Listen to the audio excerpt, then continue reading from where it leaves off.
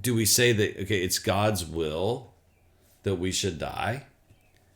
I think one, as we look at this, I go back to Job. And God gave Job permission to take, or God gave Satan permission to take Job's children, right? So Satan has the power to kill. But at the same time, God allowed this to happen. Welcome to today's episode of Walking in Faith, a podcast to help you grow in your daily walk with God.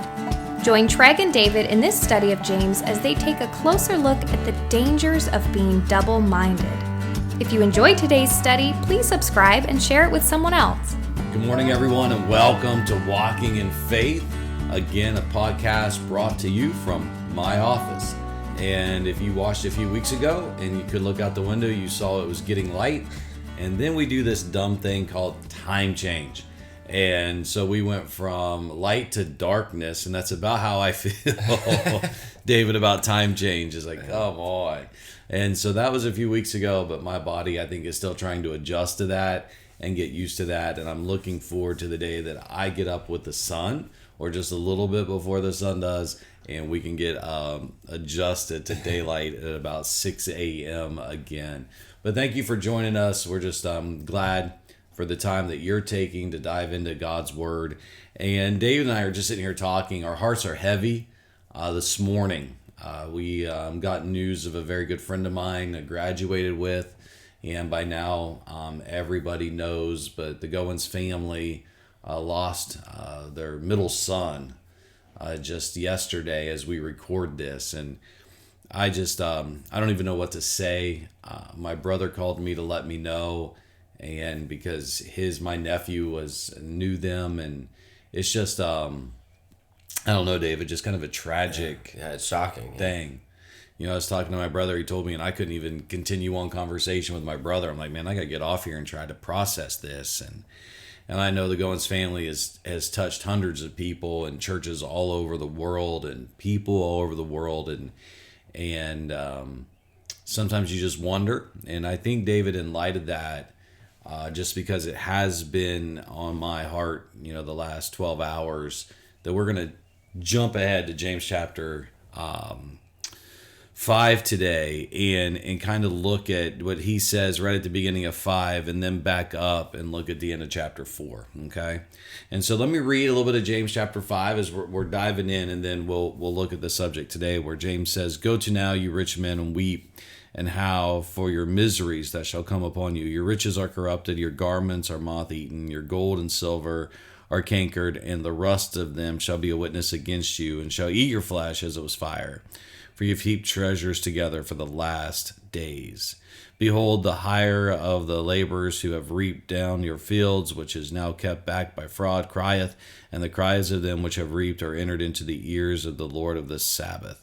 You have lived in pleasure on the earth and been wanton. You have nourished your hearts as in the day of slaughter. You have condemned and killed the just, and he doth not resist you. Be patient, therefore, brethren, unto the coming of the Lord.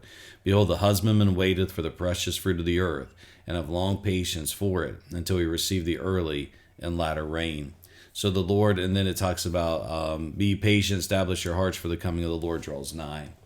So in this chapter 5, and again, we're going to get ahead of ourselves just a little bit, you see a couple things mentioned in this, David, and it's the end times. It's the Lord coming. And granted, again, remember, James doesn't have Paul. Paul was taught things, you go over to 1 Peter, and Paul was taught things that says it's hard to be understood. Okay, but we know Jesus is coming back. James was there when the angel says he goes up and he's going to come back the same way he went up. So we got that understanding. We know the coming of the Lord draws nigh through the inspiration, the Spirit of God. But the idea that James is conveying is, you all, what are you doing? You're storing up all this stuff for nothing. And again, if you go back to the Beatitudes, it's where your heart treasure is, there will your heart be also. It's moth-eaten. And so James is kind of tying in that with the teachings of Jesus. But, at the end of verse 3, you have heaped treasures together for the last days. And then, verse 5, you're set up for a day of slaughter. And then verse 7, be patient, for the coming of the Lord draws nigh. And then verse 8 is the same. And so the coming of the Lord's the coming of God is nigh, right? So we know that's there. And James says, what are you doing with your life? And just I think, admonition for us as we consider the brevity of life. What are we doing with our lives? And then you back up and the end of chapter 4, and a very familiar passage of scripture, but James says in verse 13, go to now, ye that say today or tomorrow we will go into such a city and continue there a year and buy and sell and get gain, whereas we know not what shall be on the morrow. For what is your life? It is even a vapor that appeareth for a little while and then vanisheth away. For what we ought to say is, if the Lord will, we shall live and do this and that. So now, tying all that together, life is short. And I don't, I hope I'm not trying to, I don't want anyone to think that I'm trying to take a tragedy and make it into, a platform for us. But the fact is, it's an illustration, an application that life is short. So here's a young man, 19 years old, a freshman at Pensacola. And I was just down there in November, and we walked from the varsity commons together, and then we went down, past the field house together and out to Young Tower together, talking in November, asking him what he was going to do and, what his plans were. And his plans were to go back home and work with his dad this summer. And he had plans. And James makes it clear that we can have plans, but what do we need to say, man? If it's the Lord's will. And this, it says, if it's the Lord's will, we shall live. But if that means it's the Lord's will, we shall live, it's also the Lord's will that we should what? Die. Yeah, die. And as a father, okay, with children about that age, that's a hard pill to swallow. And do we say that, okay, it's God's will that we should die? I think as we look at this, I go back to Job. And God gave Job permission to take, or God gave Satan permission to take Job's children, right? So Satan has the power to kill. But at the same time, God allowed this to happen. And from the beginning of time, this young man, God knew 19 years. There was no 20 years in God's plan. There was no 21 in God's plan. There was no, he's going back to work with dad in God's plan, because God knew what was going to transpire. And I don't know all the details, David, obviously we don't, but if this was a DUI in the middle of the afternoon and in a remote place on campus, and of all the places for him to run off the road, this specific, I don't know. Yeah. When you sent me the article, I could see the picture of the road it was on, and I drove down that stretch so many times. And yeah, you're right. I think it's a 5-lane, it's a super wide road. It's such a freak accident. Like he was working, he was doing his job. He wasn't goofing off. He was doing what he was supposed to. He was following, the orders of his boss. And then this happens just out of nowhere. Yeah, I know. And so when we contemplate this, and again, you say, well, Treg, who have you lost close to you like that? I haven't. Okay. Obviously, if you know my story, I've almost died twice. So, I've been there twice contemplating death. But in a situation like this, you can't help but say, man, God just allowed this to happen. It just was such a unique thing that it was a God thing. So how does this transpire? How does this take place? Well, one day with the Lord is 1,000 years, and 1,000 years is a day. And for us, we look at that and say 19 years old, he had his whole life ahead of him. His life was cut so short. But when you put all of that in context of this, God's coming again. And it's just like that, you know? So God doesn't look at it like, oh, his life's cut short. There's no time with God. He lived the full life that God had for him to live. Mm-hmm. And for all of us, you know, God has got a specific time period for all of us. We don't know what our time is. We have no idea. And so, yeah, I had the heart cath last week, and everything was good with my heart, and I got a great report. And, you know, I'm like, sweet, I'm going to live to be 95. But I don't know that. You know what I mean? And so, because we don't know. So then how do we live? Well, James says, okay, because we don't know, we don't need to be living, okay, for our riches. We don't need to be living for today because we have no idea what's coming tomorrow.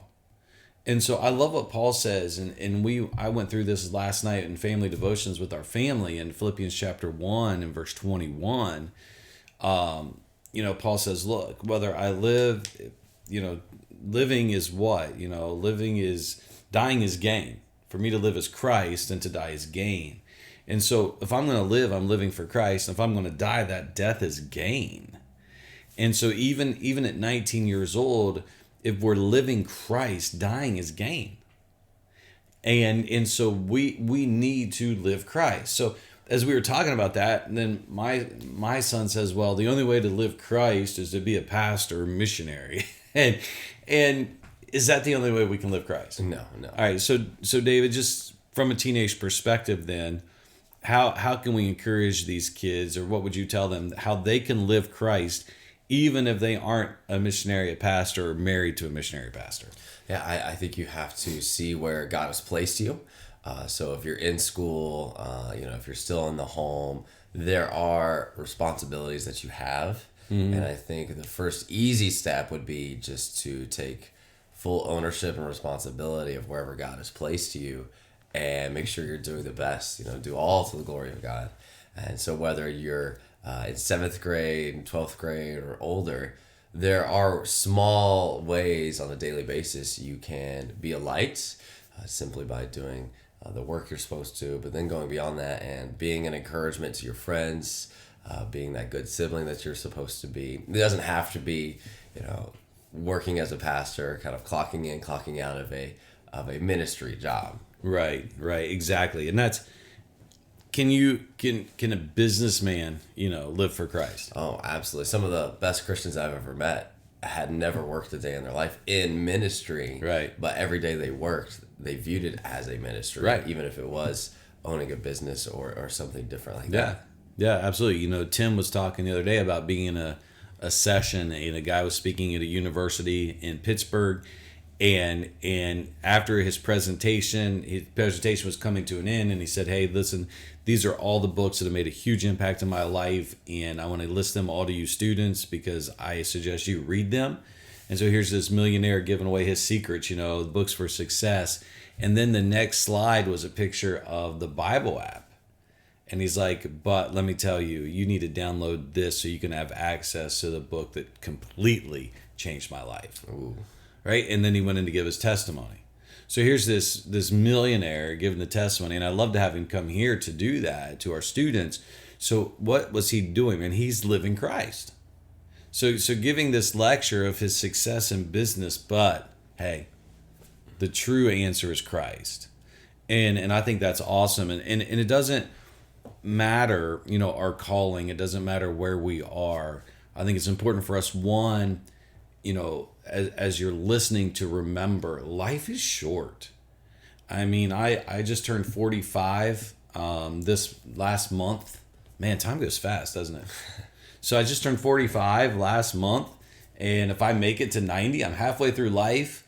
I've got a daughter who has been talking about a junior-senior banquet for weeks now. She's been checking the weather. It's coming up in a couple days. She's checked the weather every 5 minutes, hoping it doesn't rain on Friday. And I've already secured the Airbnb to drive her down to college to stay there when we drop her off. And man, I almost started to cry just doing that.